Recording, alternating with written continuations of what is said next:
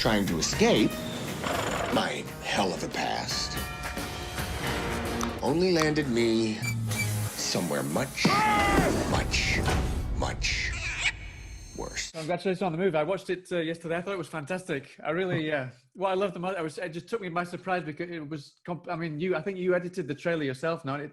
Because of the trailer, it just blew me away that I was expecting something completely different. That must have been a big task in itself now to create a trailer with this film that's full of twists and turns. Sure, yeah, it wasn't the easiest thing in the world to create the trailer because you want to leave some of it to the shock of the audience. You don't want to give it all away, but it's also a really difficult movie to kind of just tell in 2 minutes. So I'm glad you felt that way. So I'm quite curious about the whole genesis of the idea because I read, I don't know if it's true, but I read on IMDb that the idea came to you in an airport. I don't know if you're in a foreign country and you heard some exactly. in foreign language, not talking, maybe, and you thought they were talking about you, and you thought, right, maybe they want to kidnap me and have me for dinner or have me for lunch. Yeah, I mean, it was actually in the United States, but I was traveling and I was on the tram to the next terminal, and there was a family, and they were foreigners, like East European or something like that, and they were just chit-chatting in their own language. But one of the women would look at me and smile, talk, look at me and smile, talk, look at me and smile, and I was like, in reality, she was probably just being nice, but in my head, I was like, what are they talking about? Like, what are they gonna do? So I just started thinking, what would I do hypothetically if I woke up from this flight chained to a basement? What would I possibly do? So I actually went to the gift shop, bought a notepad, and just started jotting down ideas. What would I actually do? And I think I actually outlined the entire movie sitting at my gate there.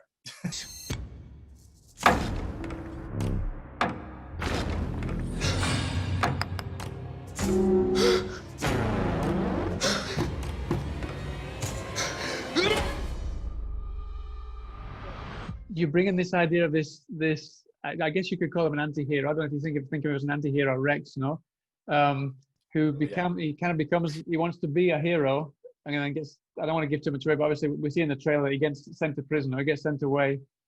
Where did that idea come from? Was that just simply an idea to help you kind of send him off somewhere else, or was there a reason that you wanted that to kind of kick off the film? Well, in all honesty, Rex and the Conscience, they're kind of me this is all a macho fantasy. So when I say they're me if I was far more cooler and far more capable. Like Rex and the Conscience especially is what I would want to do if I had the balls to do it. Right. In reality, I would probably be weeping and just waiting to die. But the macho man inside me is like, nah, you would see what weapons you have. You would try to untie yourself. You would rip that rope off with your teeth. So it was more just like the macho idea of, and also blending all the movie characters that I've come to love over the years, is my interpretation of that plus the, the macho man inside of me. Yeah. I mean, it's funny you say that because obviously this self-talk, we see a bit of that in the trailer. We can give that away. He likes to talk to himself now. It reminded me a lot of you said characters that you've loved from films that you've seen. I imagine it was very kind of John McClane, Murtaugh Riggs type talk, but with himself. I almost felt like it was very much John McClane talking to himself, but as if John McClane was two people. The way that he's speaking to himself all the way through Die Hard, for example. Was that a very big influence in this film? Yeah, I mean, I love Die Hard. And the way I always pitched the movie when we were trying to get it going was like, this is if John McClane were to walk into Texas Chainsaw Massacre. Come out to the coast, we'll get together, have a few laughs. So this is more like, what would an action icon do in a horror movie? I had never seen that idea done before, so it was actually really interesting to explore. And I think you're right. It's kind of like if you take John McClane and just rip him into two, the sensible side of him and then the wisecracking, ridiculous side of him, and this is what you get. Because while I was writing that outline at the airport, I was actually arguing with myself. I found myself disagreeing with myself. Right. Like I said earlier, like you would go through all the bags and you would find weapons and you would tie yourself.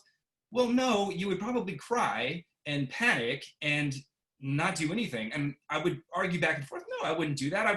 It's fight or flight, man. You got to get out of there. I don't know if you'd be able to. So as I was arguing with myself, I just started thinking it would be very interesting if we could see that. If we could, instead of one guy just back and forth, that might get a little confusing anyway. It would be pretty cool to personify that conscience, that idea of that duality of your natural thought process. So I went with it. Would you say that idea came maybe from you being an editor as well, setting yourself a challenge to edit this? Because I mean, you got the two twins in there as well at the same time. Yeah, that might have been a subconscious influence. I don't know if it was a direct influence, but I mean, it certainly was a challenge I was welcoming to accept, because I knew it was going to be a interesting, element of the production, like how exactly we're going to do this, but we figured out a way. And obviously we've got to talk about Ben, because of the I mean, obviously all the characters are important, but Ben is pivotal to the success of this movie, really, because it's him. So I believe you went through quite a few actors. I don't know how involved you were in the casting or not, but you went through quite a few actors, and then you came to Ben, who I just can't imagine anyone else doing this role now. I mean, I've seen a few of the people that were possible ideas, but I just can't see anyone else pulling off this role like he pulls off Rex. It's amazing. Oh, he's fantastic. We actually lucked out. We spent a year looking for Rex, and it was a lot of ups and downs, a lot of actors loving the script but not wanting to do it, or it wasn't right for them, or they were busy or whatever. It was getting to a point where we were running out of Australians, because I don't know if you know, we had to cast an Australian actor because of the Australian forgive me, it was funded by the Australian the film board. The Film Association. Yeah. So it had to qualify. So the actors had to be Australian. And I don't know that many Australian actors, so we went with the obvious ones. We were like, can we get Chris Hemsworth? No. Yeah. Can we get?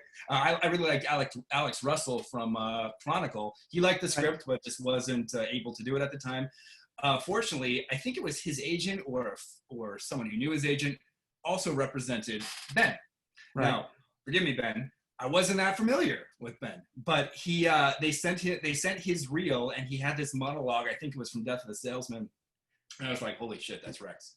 And they said he loved the script. So you're right. I think it was absolutely a blessing in disguise that we landed on him, because there's not one guy I can imagine understanding this role more than he did. He understood it to a T. As the writer, I was never on the sidelines going like, that's not what he's supposed to do. Yeah. I didn't have to say anything. He nailed it. I talk to myself. How much do you think they get for these, by the way? And I've been known to overreact. Also, I mean, you mentioned there that you had to use Australian actors for the whole cast. No, I think it had to be Australian actors. No, so obviously going to Finland, all the Finnish people had to be Australians, and I think they had to learn their lines phonetically. No, that must have been an absolute nightmare for. When I wrote the script, I just assumed we would cast Finnish people. I didn't know it was going to be an Australian production. So when we found all these the family members, and they started actually like reading their lines in Finnish, I was like, what? It's like they were all fantastic, but especially Caroline Craig, who was the mother, when she had that minute-long monologue in Finnish, there were no cuts. We didn't do it in sections. She memorized this language, this minute-long monologue, this Finnish monologue. And when she did that, I was like, holy shit! Like, if nothing else is taken away from this movie, that is incredible. Hi. A lot of the time, the Rex character is in this single room. He's appears to be hanging. Just filming the whole thing in that setting must have been a nightmare. No, I don't know how much time you spent on set, but it must have been a nightmare to pull it off. Yeah, I was there every day.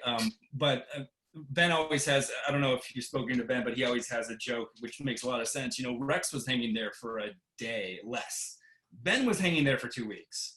So it was definitely a challenge for him. I know it wasn't the most comfortable positions. Of course, when we weren't shooting the actual rope, he was just holding onto a bar. Yeah. It wasn't as bad. But still, it was definitely a trying process, but he nailed it like a champion. There's obviously some great action scenes there that also kind of remind me of 80s action movies. Does that have anything to do with your interest in UFC? Because I know you've done a lot of work with the UFC before as well, no?